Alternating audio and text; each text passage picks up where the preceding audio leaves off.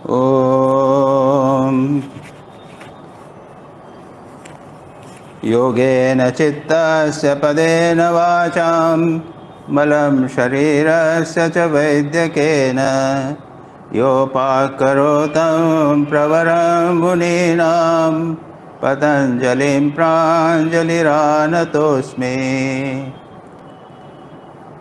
अथ योगानुशासनं योगश्चित्तवृत्तिनिरोधः तदा द्रष्टुस्वरूपेव स्थानं वृत्तिसारूप्यमितरत्र वृत्तयः पञ्चतयः क्लिष्टाः प्रमाणविपर्ययविकल्पनिद्रास्मृतयः विपर्ययो मिथ्याज्ञानम् अतद्रूपप्रतिष्ठितम् अनुभूतविषया सम्प्रमोषो निद्रा अभावप्रत्ययालम्बना वृत्तिनिद्रा अनुभूतविषया सम्प्रमोषः स्मृतिः विकल्पो मिथ्याज्ञानम् अतद्रूपप्रतिष्ठम्। हमने इतना किया था। ये पतंजलि योग सूत्र हम पढ़ रहे हैं और इसका पहला अध्याय है। पतंजलि योग सूत्र के 4 अध्याय हैं। मैं संभवतः नहीं बताया पहले, संभवतः 4 अध्याय हैं। समाधिपाद, साधनपाद, विभूतिपाद और कैवल्यपाद। पहला है समाधिपाद। इसमें समाधि का वर्णन, जो योग का लक्ष्य है। व्यासदेव प्रारंभ में ही कहते हैं योगः समाधि। योग का लक्ष्य है समाधि, याद रखिए। समाधि से नीचे बात पतंजलि करना नहीं चाहते और पहले चैप्टर में ही वे 6 प्रकार की समाधियों का वर्णन करेंगे। हम देखेंगे क्यों करना चाहते हैं प्रारंभ में। हमारे समक्ष लक्ष्य की स्पष्ट धारणा होनी चाहिए। हम जीवन व्यापन क्यों कर रहे हैं? अधिकांश लोगों के मन में स्पष्ट धारणा नहीं होती। हम डॉक्टर बनेंगे, सेवा करेंगे, फॉरेन जाएंगे, नाम यश करेंगे, इस तरह के अस्पष्ट विचार लोगों के मन में होते हैं। लेकिन हमारे शास्त्रों ने 4 पुरुषार्थों की बात कही है। पुरुषार्थ यानी पुरुष का अर्थ या लक्ष्य। धर्म, अर्थ, काम और मोक्ष, ये हम सब जानते हैं। मोक्ष है चरम पुरुषार्थ। मोक्ष यानी क्या? मुक्ति, freedom. Word itself means freedom. किससे? दुख से। दुख के आत्यंतिक, पूरी तरह से सभी प्रकार के दुखों की मुक्ति। लेकिन उसके पहले और भी 3 पुरुषार्थ बताए हैं। अर्थ, पैसा कमाना, काम, इच्छाओं की पूर्ति करना, और उसके साथ में धर्म। धर्म यानी राइचियसनेस, जो हमारे नियम बने हुए हैं, हमारे समाज के प्रति हमारी जो निष्ठा है, हमारा जो कर्तव्य है उसका पालन करना। यह भी कर्तव्य का पालन करते हुए अर्थ और काम की पूर्ति करना, ये सामान्य लोगों के लिए लक्ष्य बताए गए। पहला है धर्म। अब मैं इस विस्तार में हमें नहीं जाना है। मैंने केवल इतना ही बताया कि 4 पुरुषार्थ हैं, लेकिन धर्म को बहुत महत्व दिया गया। और अंतिम है मोक्ष। पतंजलि क्या कहते हैं? योग की परिभाषा करते हुए वे कहते हैं योगः चित्त वृत्ति निरोध। चित्त की वृत्तियों का निरोध करना है। और तब क्या होगा?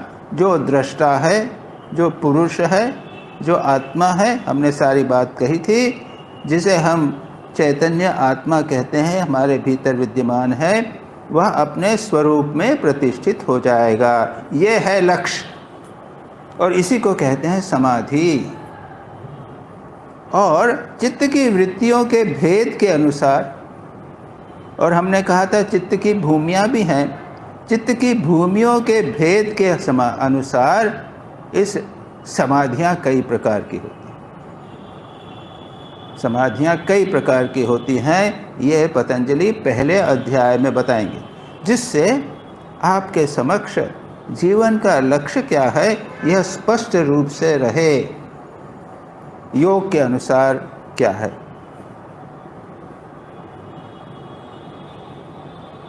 नारद भक्ति सूत्र में भी नारद अथातो भक्तिम व्याख्यास्यामः, अब मैं भक्ति की व्याख्या करूंगा।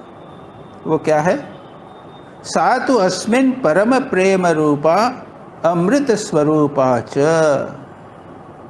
वो क्या है, अस्मिन् उस परमात्मा में परम प्रेम रूपा, भक्ति यानी परमात्मा में परम प्रेम होना, और क्या है, अमृत स्वरूपा। और उसके आगे वो करते हैं, यन लब्ध्वा न किंचित वांछति न शोचति इत्यादि, जिसको प्राप्त करने पर कोई इच्छाएं नहीं होती, कोई शोक नहीं होते इत्यादि। यन प्राप्य तृप्तो भवति स्तब्धो भवति आत्मा रामो भवति, जिस भक्ति को प्राप्त कर तृप्त हो जाता है, आत्माराम हो जाता है, स्तब्ध हो जाता है। प्रारंभ में ही नारद भक्ति सूत्र के प्रारंभ में ही लक्ष्य को रखा है।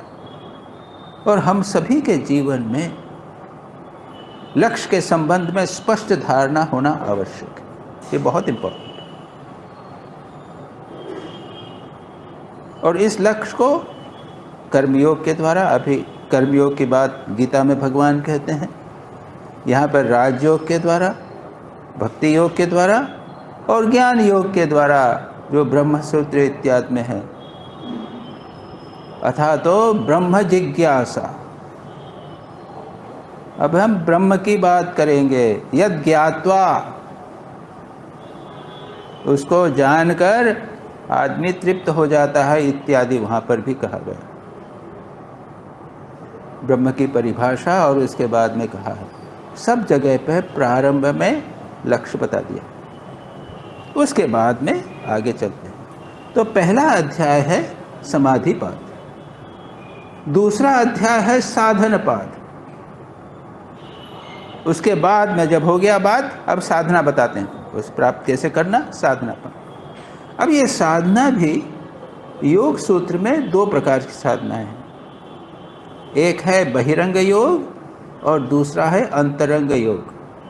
बहिरंग योग यानी जो एक्सटर्नल्स हैं, जो साधन हैं,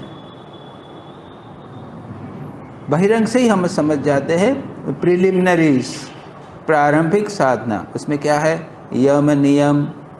तो यम में सत्य अहिंसा आस्ते ब्रह्मचर्य परिग्रह आ गया, नियम शौच संतोष तप स्वाध्याय ईश्वर प्रणिधान, उसके बाद आसन और प्राणायाम प्रत्याहार, ये 5 तैयारियां, शरीर और मन को तैयार करना। इसको तैयार नहीं करेंगे तो आप जो चित्तवृत्ति निरोध करके और मोक्ष प्राप्त करना चाहते हो, प्राप्त नहीं होगा, चित्त बैठेगा ही नहीं। तो ये हो गया दूसरे अध्याय में। तीसरे अध्याय का नाम है विभूति पाद। विभूति यानी क्या, पावर्स, साइकिक पावर्स, सिद्धियां। तब सिद्धियों का वर्णन करने की आवश्यकता नहीं। ये शास्त्र योग शास्त्र है, इसमें अगर साधना करेंगे तो ऐसी ऐसी ऐसी ऐसी चीज़ें आपको मिल सकती हैं, ये भी बताना अनिवार्य है। इसलिए, किस लिए, कि साधक इनसे बचे। प्रारंभ में सिद्धियों का वर्णन पतंजलि करते हैं और एक जगह सूत्र में कहते हैं कि ये सिद्धियां जो हैं व्युत्थान में सिद्धियां हैं, लेकिन अगर आगे आप जाओगे तो ये बाधाएं बन आगे बाधाएं बन जाएंगी। तो ये सिद्धियां वहाँ पर तीसरे अध्याय में बताते हैं। लेकिन सबसे पहले तीसरे अध्याय में योग के जो अंतरंग अंग हैं, मैंने अभी कहा यम नियम आसन प्राणायाम प्रत्याहार, ये बहिरंग योग है। और अंतरंग है धारणा ध्यान समाधि, concentration of mind, which has 3 levels। मन की एकाग्रता के 3 स्तर बनाए हैं, धारणा यानी एक स्थान को मन पर लगा रखना, हृदय में, भ्रूमध्य में, सिर में, कहीं पे एक जगह लगाना और उसी जगह पर प्रत्यय एकतानता, उस स्थान पर हृदय में मन को लगाया और यहीं पर कंटिन्यूअसली अपने इष्ट का चिंतन करना, निरंतर कंटिन्यूअस करना, ये हो गया ध्यान। और ध्यान जब बहुत गहरा हो जाता है तो व्यक्ति अपने आप को भूल जाता है कि मैं ध्यान कर रहा हूँ। तदेव अर्थ मात्र निर्भाषा, जिसका ध्यान कर रहे हैं उसका ही अर्थ मात्र रहता है और स्वरूप भूल जाता, वो ही समाधि। तो ये तीनों का वर्णन प्रारंभ में 3रे अध्याय में करते हैं और उसके बाद में 4था अध्याय है कैवल्यपाद। मोस्टली थ्योरेटिकल है, अधिकांश उसमें तात्विक बातें हैं। कैवल्य किसे कहते हैं वो सारी की सारी बातें वहाँ पर वर्णन। तो संक्षेप में मैंने बताया ये 4 अध्याय हैं और 196 सूत्र। अब वो 1-2 इधर कम ज़्यादा पाठ भेद में हो सकता है, वो भी हो, लेकिन ये एक इतनी बातें हमको याद रखनी चाहिए, जानना चाहिए। और आजकल तो योग पे बहुत पॉपुलर हो गया है, सभी यो भाई योग योग योग। आप इंटरनेट उठा के देख लीजिए तो योग पे कितनी प्रकार की कमेंट्रीज हैं, फलानी की कमेंट्री है, उनकी कमेंट्री हैं, इत्यादि बहुत सब है। योग को सबसे ज़्यादा लोग उसके पर आकृष्ट हो रहे हैं और इसका कारण यह है कि यह भावना पर निर्भर नहीं करता है, प्रैक्टिकल। ऐसा करो तो ऐसा होगा, ध्यान करोगे तो यह बात मिलेगी। आप इस रिकॉर्डर पर ध्यान करेंगे, मोबाइल फ़ोन लगा रखा है, इस पर ध्यान करेंगे तो इसके बारे में जो कुछ चीज़ें हैं वो आपको सब पता चल जाएंगी। ये सारी की सारी बातें हैं, इसलिए लोग सब आकृष्ट होते हैं। वहाँ पर किसी चीज़ को छिपाने की बात नहीं। और दूसरी बात, यहाँ पर भावना का कोई रोल नहीं है। बड़ा इंटरेस्टिंग बात है। योग को एक साइकोलॉजी का अंग भी माना जाता है, योग साइकोलॉजी। लोग कहते हैं योग साइकोलॉजी। जैसे वेस्टर्न साइकोलॉजी है ना, विदेशी पाश्चात्य मनोविज्ञान है, वैसे भारत में, पुरातन भारत में कोई मनोविज्ञान का कोई ग्रंथ तो था नहीं। केवल पातंजल योग सूत्र ही था जिसमें चित्त वृत्तियों का वर्णन है, बाधाओं का वर्णन है, मन के एकाग्र होने पर क्या होता है, ये चित्त वृत्तियों की सारी बात वहाँ पर है। इसलिए इसको योग साइकोलॉजी कहते हैं, हिंदू साइकोलॉजी। लेकिन एक बार जब मैं इस प्रकार की प्रवचन इत्यादि देता था, लोगों ने पता लगाया, किसी ने कहा कि आप तो इसको पढ़े हैं, ये बताइए इसमें भावनाएं, इमोशंस के बारे में कुछ है क्या? मैं चुप। इमोशंस की कोई बात नहीं इसमें। बड़ा आश्चर्य। हाँ, प्रथम अध्याय में चित्तवृत्ति निरोध का एक उपाय बताया है, जिसे कहा है ईश्वर प्रणिधान। यानी चित्तवृत्तियों का निरोध अभ्यास और वैराग्य के द्वारा होता है, और आगे जाके कहा ईश्वर प्रणिधान के द्वारा भी होता है। अब ये ईश्वर प्रणिधान क्या है? तो वहाँ पर पतंजलि उसको एक्सप्लेन करते हुए कहते हैं ईश्वर क्या है, बता दिया। 3 सूत्रों में ईश्वर की परिभाषा की। ईश्वर क्या है? पुरुष विशेष है। पुरुष विशेष है यानी एक आत्मा विशेष, स्पेशल आत्मा। हम लोग कहते हैं ना पुरुष, मैं पुरुष, आत्मा यहाँ पे माता। पातंजल योग सूत्र के अनुसार, सांख्य के अनुसार, जैसा मैंने कहा कि पातंजल योग सूत्र सांख्य पर बेस्ड है, सांख्य के अनुसार पुरुष इज ए सोल, आत्मा। और ईश्वर क्या है? पुरुष विशेष है। ये बंधन में नहीं पड़ता, इसमें क्लेश नहीं है, पंच क्लेश, अविद्या, अस्मिता नहीं है। क्लेश कर्म, पूर्व कर्म, आगामी कर्म, संचित कर्म, ये सब नहीं है। क्लेश कर्म विपाक, जो उसने कर्म किया उसका फ्रूशन होगा, संस्कार बनेंगे, वो संचित होंगे, ये सब नहीं। क्लेश कर्म विपाक आशय यानी कुछ रिसेप्टिकल ऑफ सूत्र क्या कोई है, वो सब नहीं है। उससे भिन्न पुरुष विशेष, उसमें निरितय सर्वज्ञ ब्रीजम, वो सर्वज्ञ है। और पूर्वेशाम अपि पूर्व, सबसे पहले था, काल के द्वारा वो सीमित नहीं होता, यानी भूत वर्तमान भविष्य से सीमित नहीं होता।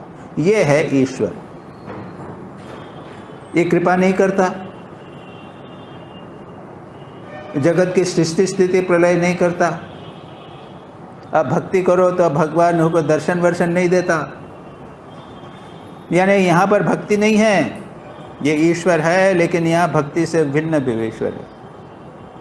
तो पातंजल योग सूत्र में ईश्वर प्रणिधान यानी ईश्वर का नाम का जप करना, तद जपः तद अर्थ भावनम, ईश्वर के नाम का, ओम का जप करना और अर्थ का चिंतन करना, इसको ईश्वर प्रणिधान कहा है, यहाँ भक्ति नहीं। तो बड़ी विचित्र बात लगती है कि क्या इंडियन साइकोलॉजी में इमोशंस नहीं है? तो इसका कोई उत्तर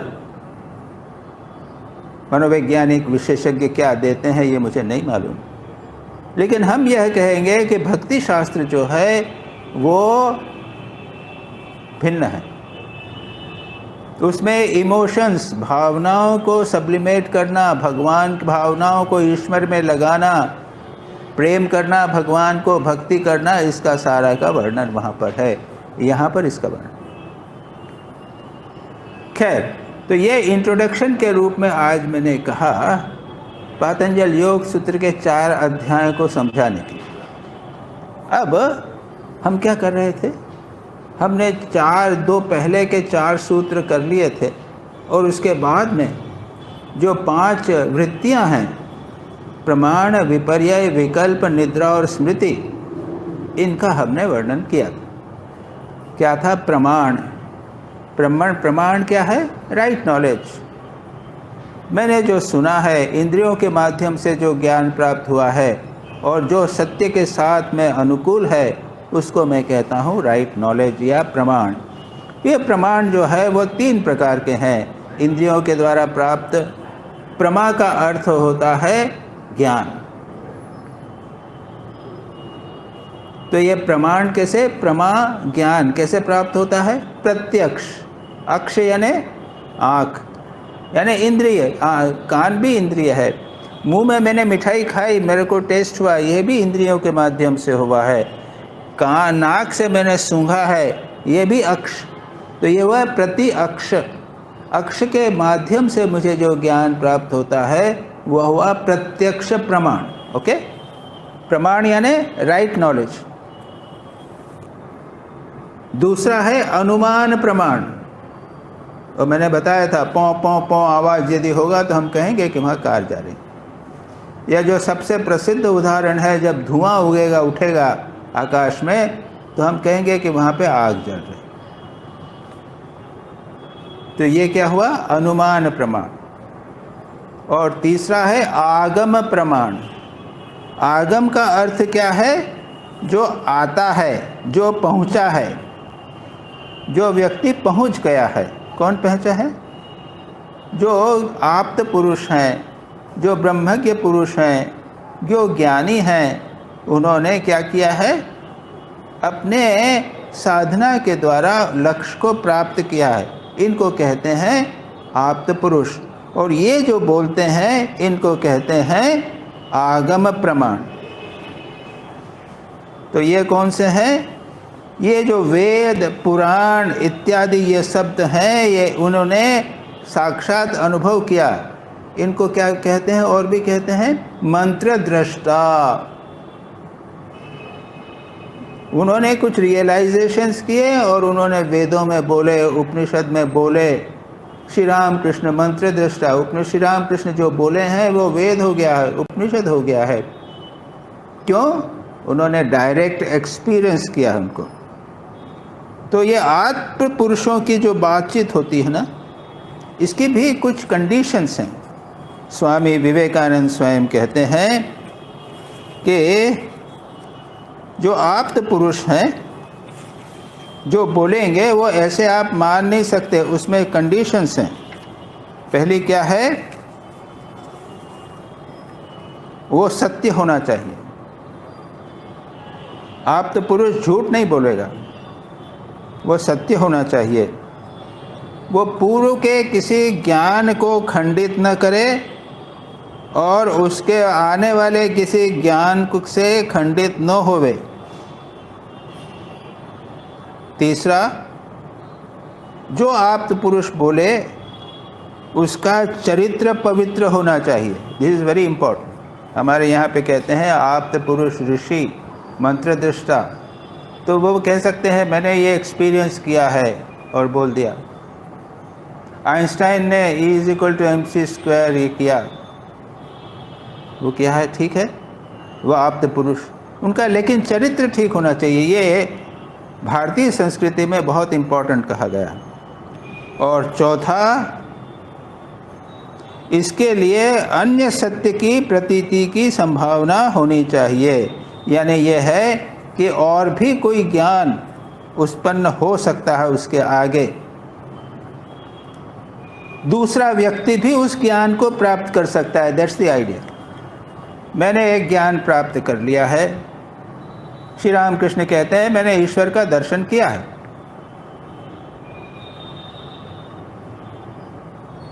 इसका प्रमाण क्या? तू भी कर सकता है, कोई भी कर सकता है। तीसरा,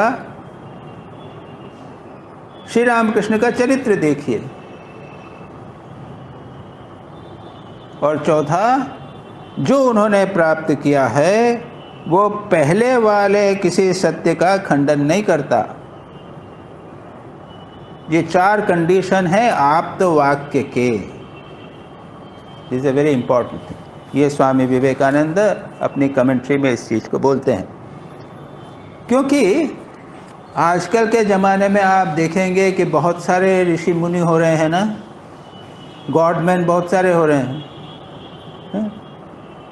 कहीं भी आप देखेंगे क्या है, एक तो महेश योगी हैं, फिर आप बापू जी हैं, और क्या क्या सब हो रहे हैं। तो ये चार चीज़ें आपको दिखा लगा कर देखना चाहिए। एक व्यक्ति ने, हम मजाक करते हैं थोड़ा सा, एक व्यक्ति ने कहा मैंने ईश्वर का दर्शन किया है।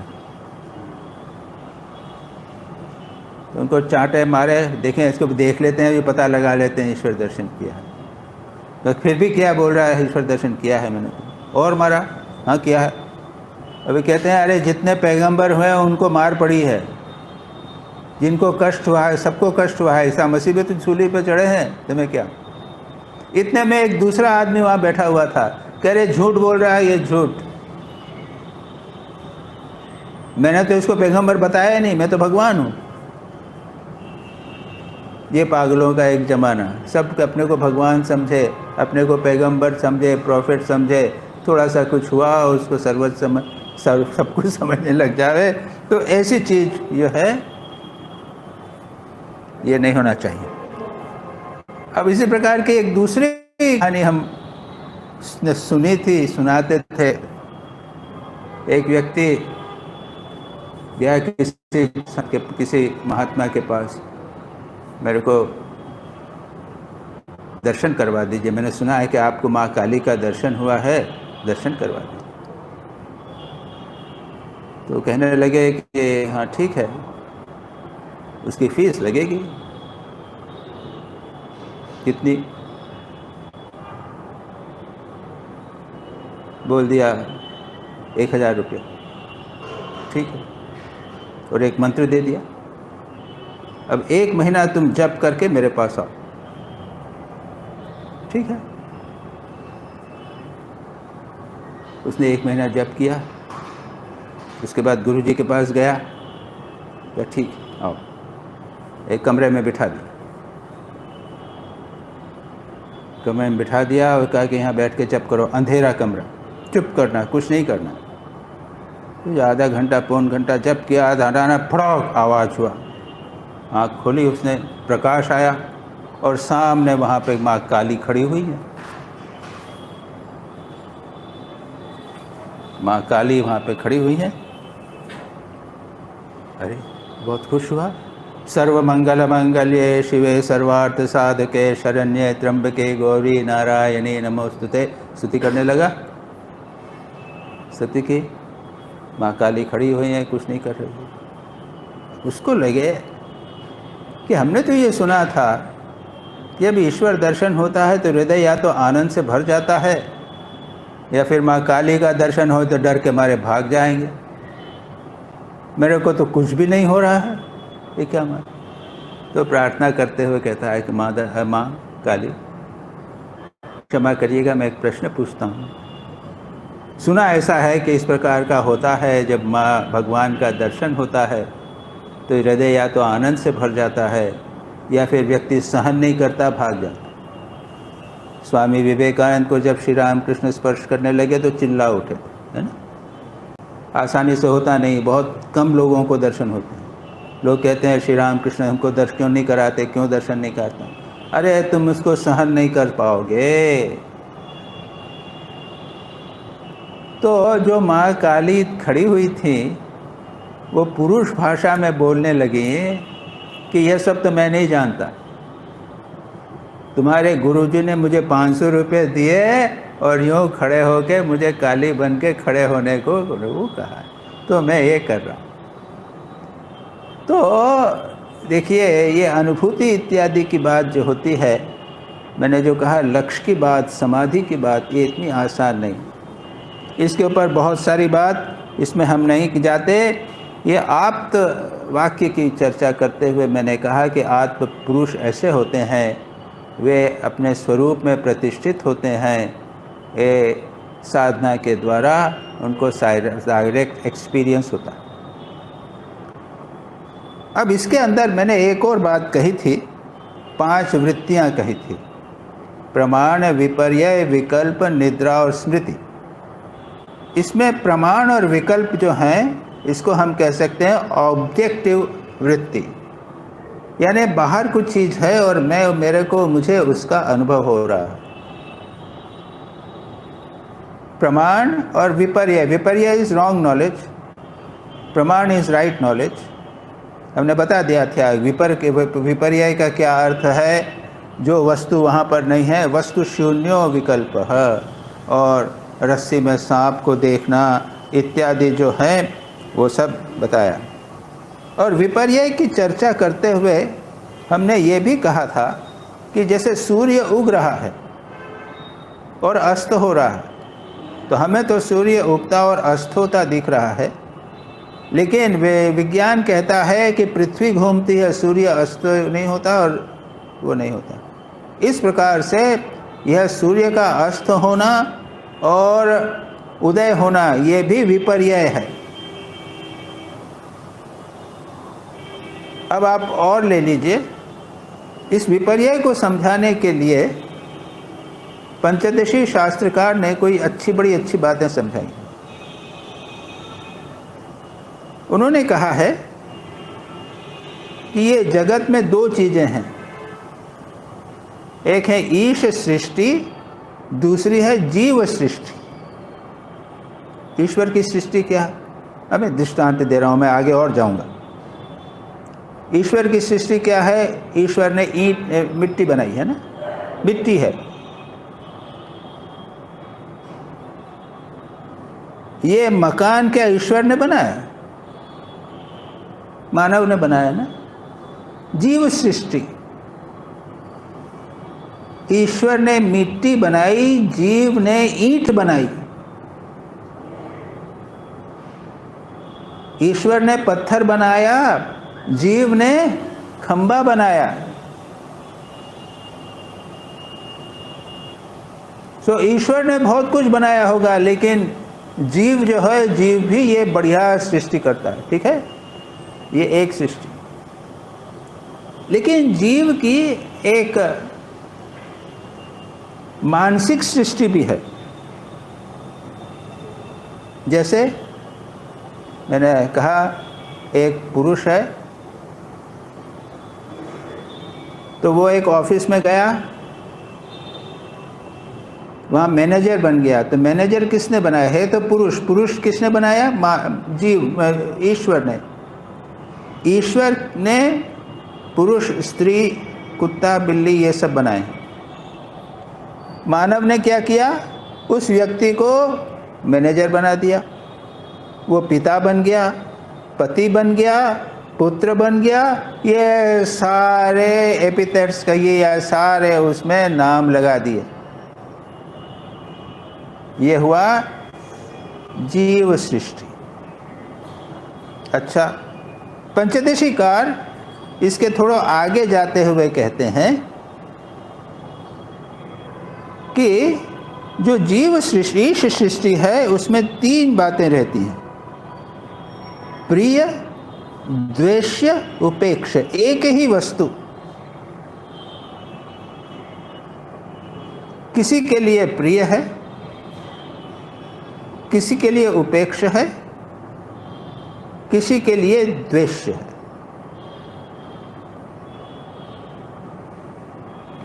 एक हीरा देखिए, कोयला और कोयले का ही चेंज पार्ट हुआ हीरा, है ना। दोनों भगवान ने बनाए हैं। भगवान की दृष्टि से दोनों बराबर। मानव ने हीरे को प्रिय बना लिया। हीरे को केवल प्रिय ही नहीं बनाया, उसके पीछे भी हीरे के संबंध में भी ये तीनों भाव हैं।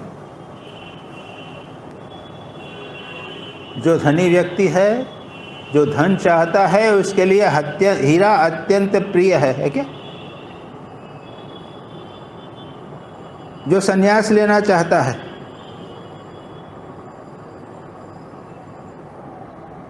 उसके लिए द्वेष है। बाबा दूर रखो इसको, मुझे नहीं चाहिए। उसको छुएगा नहीं। श्री रामकृष्ण छू नहीं सकते। और तीसरा, जो उसकी वर्थ नहीं जानता, उसके लिए हीरा रहे या कांच रहे, उसको क्या लेना दे, उसके लिए उपेक्ष। इसमें भी एक बड़ी सुंदर कहानी है। एक सेठ जी थे, वैराग्य हो गया, सब कुछ छोड़ के जाने लगे। पत्नी आगे जा रही थी, पति पीछे जा रहे थे। साधु जैसा जीवन व्यतीत करते थे। आगे पत्नी जा रही थी तो उसने देखा रास्ते में कुछ हीरे जवाहरात पड़े हुए, कुछ पैसे होंगे या कुछ होंगे, ये सब पड़े होंगे। तो उसने कहा, देखा कि ये तो बहुत कीमती चीज़ हैं, तो अपने पैर की मिट्टी, पैर से वो मिट्टी उसके ऊपर डालने लगे, ऐसे ऐसे धीरे, जिससे पीछे नहीं देख। इतने में पति आ गया। पति ने कहा, क्या कर रहे हो? तो बेचारी चौंक गई। पति ने देख लिया, अरे तुम में अगर मिट्टी और हीरे में भेद था तो फिर संन्यास क्यों ले रही हो? संसार छोड़कर क्यों जा रही हो? तुम समझ रही हो मेरे मन में, तुम्हारे मन में भेद। यानी उसको छिपाने की भी आवश्यकता नहीं। क्यों छिपाएंगे? वो तो छोड़ के चले जाएंगे। ये मिट्टी है, वो भी मिट्टी है। माटी टाका, टाका माटी।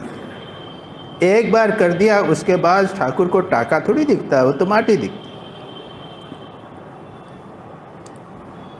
तो ये हुआ, मैंने कहा ना, विपर्य। हमारे मन से हम जगत की सृष्टि करते हैं। एक पैसे को हम महत्व देते हैं और दूसरी चीज़ को हम महत्व नहीं देते, मिट्टी को महत्व नहीं देते। ये भी है जीव सृष्टि और ये भी है विपर्य। उसके बाद विकल्प। विकल्प बड़ा अच्छी तरह, कुछ बातें मज़ेदार है। कल्पना। विकल्पो शब्द ज्ञानानुपाति वस्तु शून्यो विकल्पः। शब्द का वर्णन किया, मुंह से वर्णन किया, हमने सुना उसको और उसने हमने कल्पना बनाई। और मैंने यह भी कहा था कि बच्चों में कल्पना और सत्य में अंतर नहीं होता। और उसकी खुद बड़ी सुंदर सुंदर कहानियाँ। आप लोगों ने एलिस इन वंडरलैंड का नाम सुना है? स्वामी विवेकानंद मेंशन करते थे। स्वामी विवेकानंद को अत्यंत प्रिय थी, वो पढ़ते जाते थे। आप लोगों ने पढ़ी कि नहीं पढ़ी? पढ़िएगा, इंटरनेट में अवश्य मिल जाएगा। पढ़िए, अवश्य पढ़िएगा, अवश्य पढ़िए। एक बच्ची है, 5-7 साल की बच्ची होगी। वो बिल्ली को देखती है, एक खरगोश को छेद में घुसते हुए देखती है और कल्पना करने लगती है। वो खरगोश अंदर गया, वहाँ पे क्या क्या छेद थे, उसमें क्या क्या है, इधर एक खरगोश है, उधर एक खरगोश है, वहाँ गया और वो उसके साथ जाती है। इतनी सुंदर किताब है कि बस मैंने पढ़ी है उसको। ये क्या है? कल्पना है। फॉर हर, ये इसके लिए सत्य है। एक दूसरी किताब है थ्रू द लुकिंग ग्लास। उसमें एलिस क्या करती है, एक कांच है, उसके अंदर चली जाती। कांच में हम देखते हैं ना, उसमें अंदर चली जाती कल्पना में। तो कांच में तो उल्टी चीज़ें दिखती है ना। हम जैसा देख रहे हैं, हम कांच के पास जाएंगे, आगे जाएंगे तो उसके पास आते हैं, वो सारी कल्पना, उल्टी कल्पना करती चली जाती और उसके लिए सत्य लगता है। और तीसरी, मैं अपनी बात बताऊं, बच्चा था 4वीं-5वीं क्लास का, और यहीं बनारस में राजघाट में स्कूल है, मालूम है आपको? नहीं मालूम? अरे राजघाट जो है ना, राजघाट, वहाँ पे एक स्कूल है। ये अपने अमृतानंद वहाँ पे डॉक्टर हैं, अभी भी जाते हैं। वो प्राइमरी था है, मिडिल है, अब वो हाई स्कूल, एक अलग हाई स्कूल है, ये सब है। मैं जब 4वीं-5वीं क्लास में था तब मैं यहाँ पे था, और यहाँ पर बच्चों की लाइब्रेरी में मुझे एक किताब मिली थी, बच्चों का नॉवेल।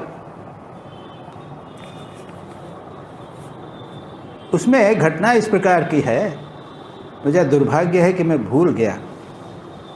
ये चीज़ें इतनी प्रिय है, रोचक हैं। घटना इस प्रकार की है कि एक बच्चा देखता है एक चित्र,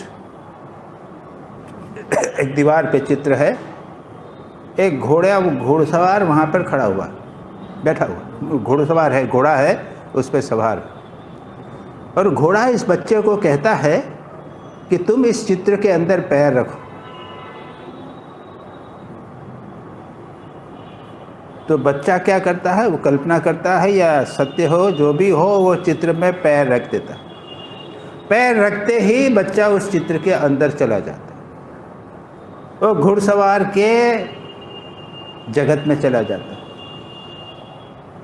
और कल्पना जगत में कैसी कैसी अद्भुत घटनाएं होती रहती है।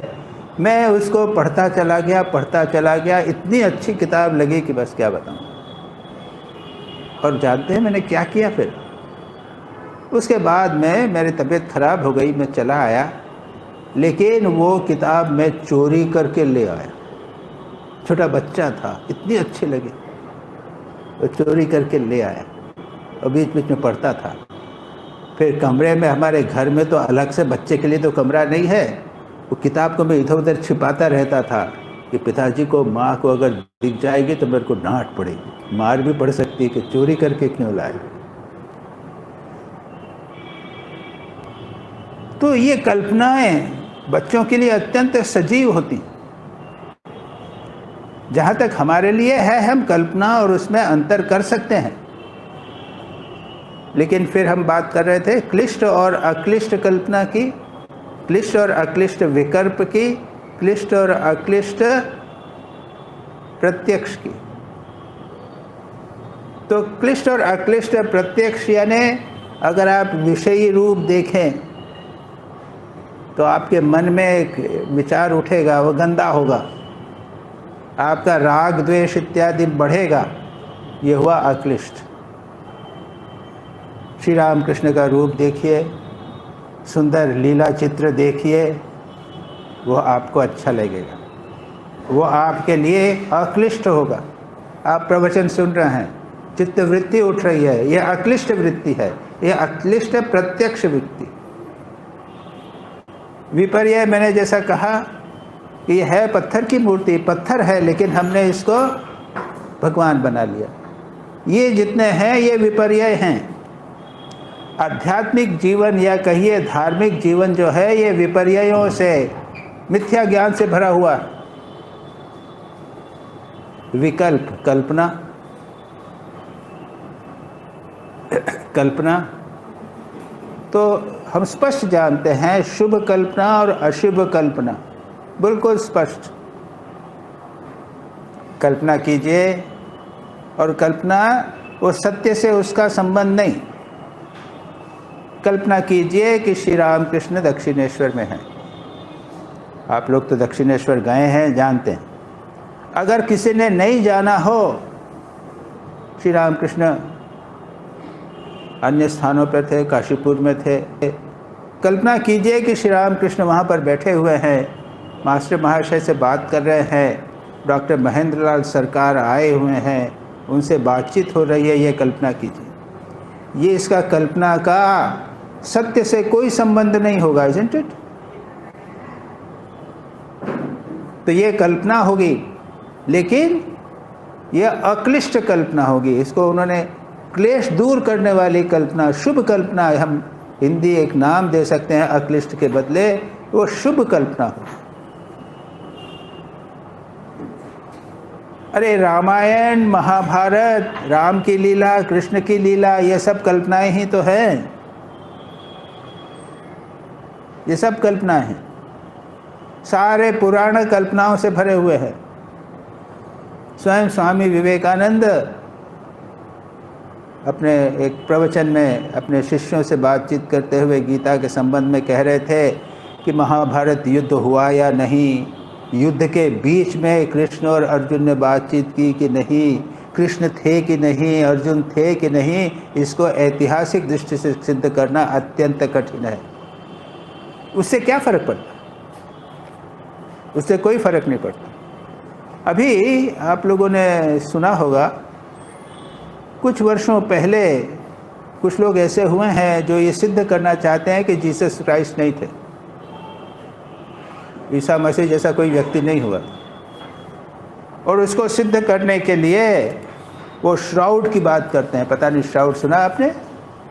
यानी ईसा मसीह का जब उनको सूली पर चढ़ा दिया गया और उसके बाद में जब उनको लिटा दिया गया, उसके ऊपर उन्होंने एक कपड़ा डाला था। तो डालते हैं कि कपड़ा जो डाला था तो उसके ऊपर ईसा मसीह के चेहरे के, हाथ के कुछ इम्प्रेशंस हो गए। तो उस कपड़े का रिसर्च किया गया है, ईसा मसीह का चेहरे का जो इम्प्रेशंस है उसके दाग पड़ गए हैं, उसके जो वो पड़ गए हैं, उसके ऊपर रिसर्च हुआ है। और आज को आप देखेंगे, मेरे पास एक चित्र भी है श्राउड का, ईसा मसीह का चित्र ऐसा था उसके अंदर। ये सिद्ध करना चाहते हैं क्रिश्चियंस कि ईसा मसीह थे, और जो नास्तिकवादी हैं वो उल्टा बोलते जाते हैं कि ईसा मसीह थे ही नहीं, सिद्ध करना चाहते हैं कि ईसा मसीह थे ही। अरे हमारे यहाँ क्या फ़र्क पड़ता है? कृष्ण थे या नहीं थे, राम थे या नहीं थे, कुछ फ़र्क नहीं। तो ये कल्पना, अधिकांश जो धर्म है, पुराण है, ये सब कल्पना पर आधारित।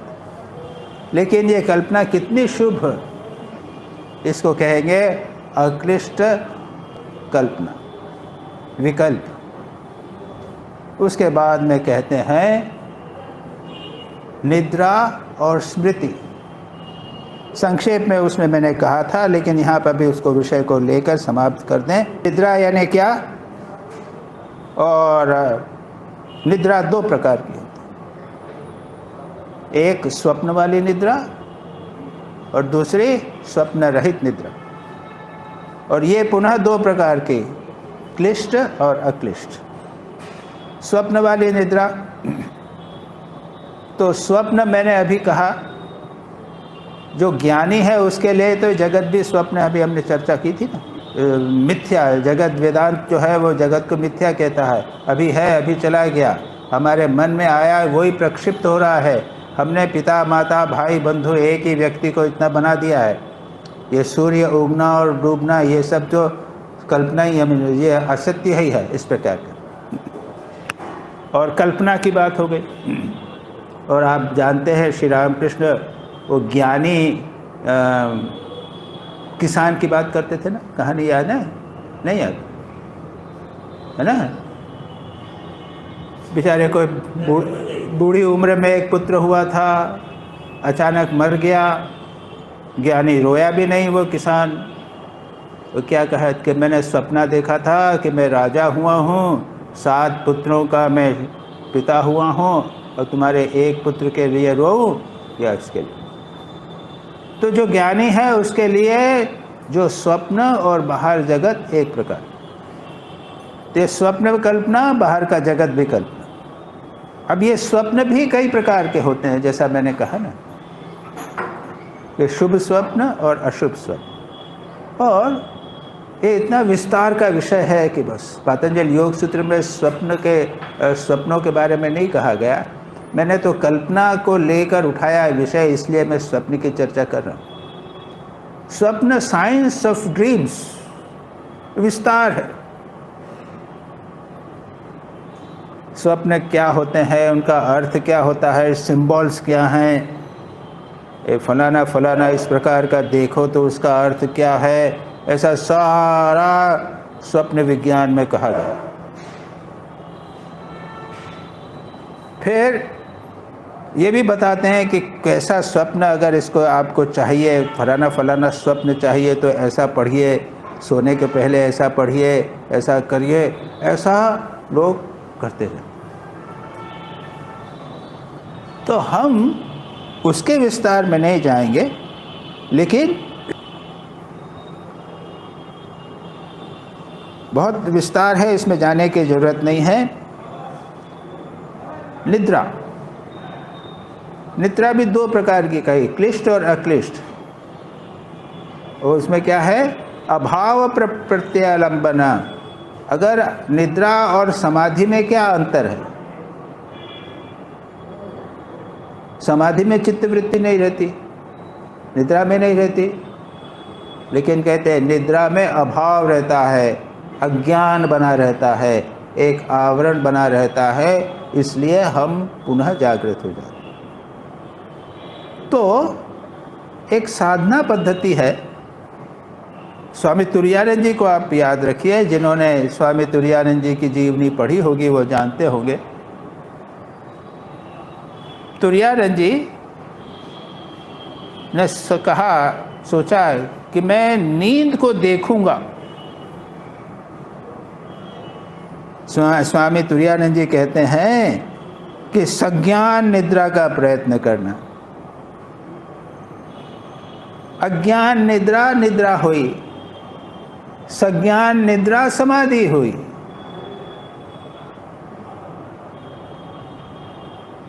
ज्ञान बना है लेकिन चित्त में कोई वृत्ति नहीं है, चित्त में वृत्ति नहीं है, अज्ञान है, ये निद्रा। तुरायानंद जी धीरे धीरे धीरे सोते समय सजग हो जाते थे, और परिणाम क्या हुआ था? उसके बाद में निद्रा पर उन्होंने पूरी तरह से विजय प्राप्त कर ली थी। उसके बाद सोते नहीं थे।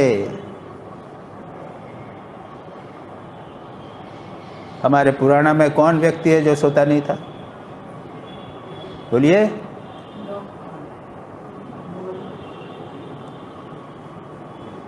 लक्ष्मण, ना मालूम है ना? हाँ, स्वामी तुरायानंद जी ने विजय प्राप्त कर ली थी। और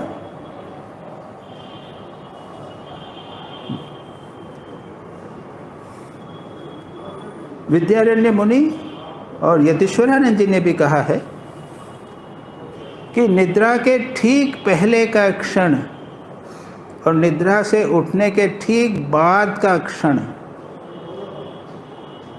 इन क्षणों में जब चित्त वृत्ति नहीं होती और निद्रा भी नहीं होती, तब हम ब्रह्म के साथ एक होते। अभी बात की यही बात चल रही है।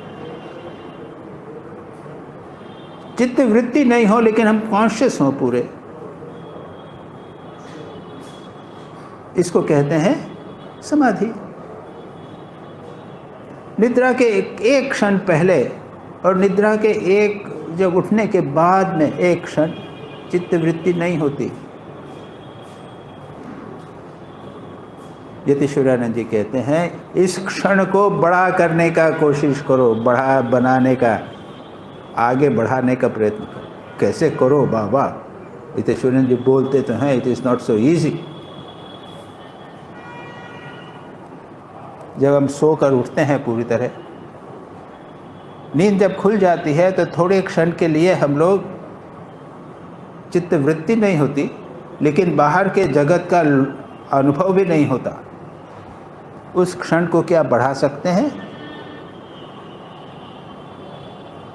सोने के पहले अचानक सो जाने के बदले कुछ कर सकते हैं? ये चित्त वृत्तियों की बात हो रही है, निद्रा की बात हो गई है, इसलिए मैंने ये कहा।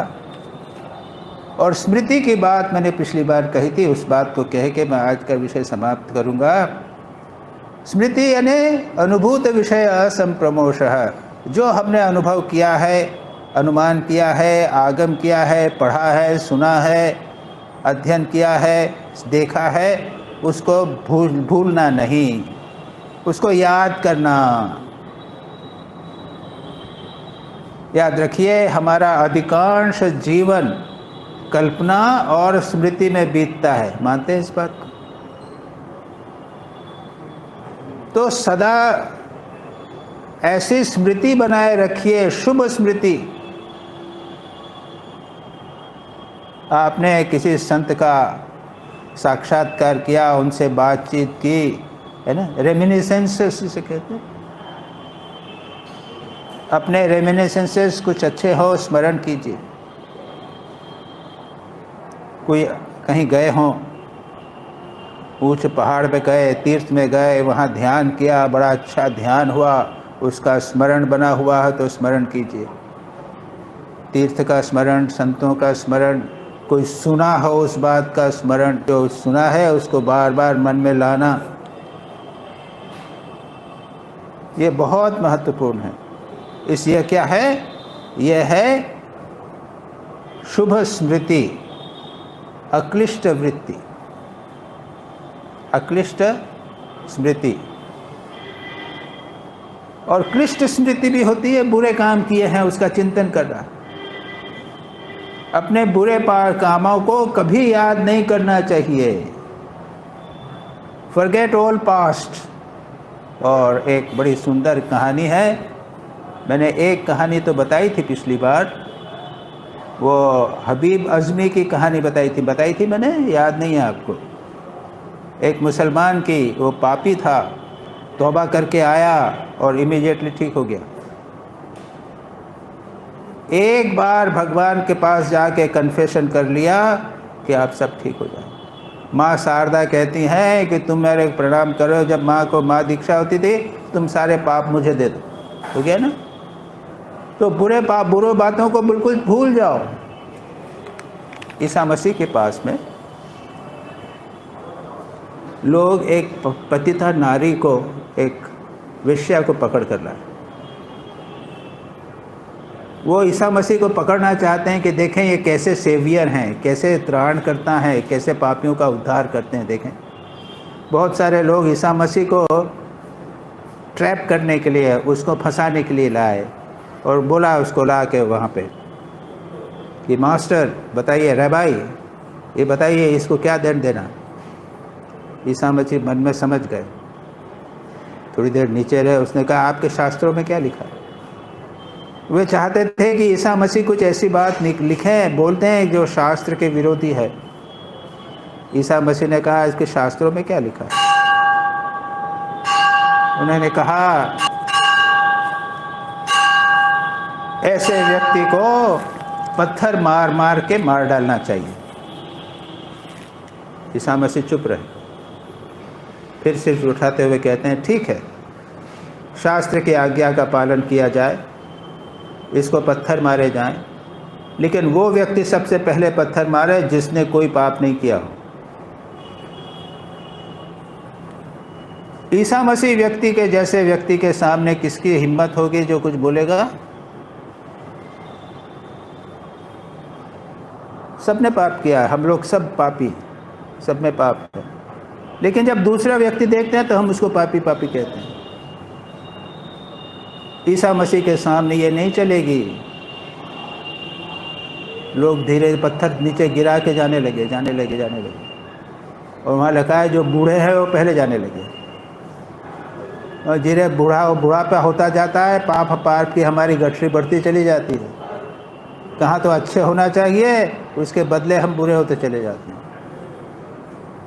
सब चले गए, वो चुपचाप बेचारी खड़ी रही, ईसा मसीह बैठे रहे। जब सब चले गए उन्होंने कहा किसी ने तुझे नहीं मारा? कि नहीं। ठीक है, जाओ, मैं भी तुझे माफ़ करता हूँ। आगे से ऐसा मत करना। आप जो करें, बुरा करें, उसको भूल जाइए, याद करने की आवश्यकता नहीं। स्मृति करना हो तो शुभ की स्मृति करें, बुरी की स्मृति नहीं करें। ये क्लिष्ट और अक्लिष्ट स्मृति की चर्चा हो गई। निद्रा, ऐसे सोना, श्री राम कृष्ण वचनामृत पढ़कर सोना, भगवान का नाम लेते हुए सोना, आप देखेंगे कि आपकी निद्रा जो है वो अक्लिष्ट हो जाएगी। अपने कल्पना, स्मृति इत्यादि सारी की चर्चा की। इसके आगे की चर्चा, चित्तवृत्तियों का निरोध कैसे करना, इसकी चर्चा अगली बार की जाए। तम देशिकेन्द्रं परमं पवित्रं विश्वस्य पालमसुरयतीन्द्रं हिताय निर्णां नरमूर्तिमन्तं विवेक आनन्दमहं नमामि।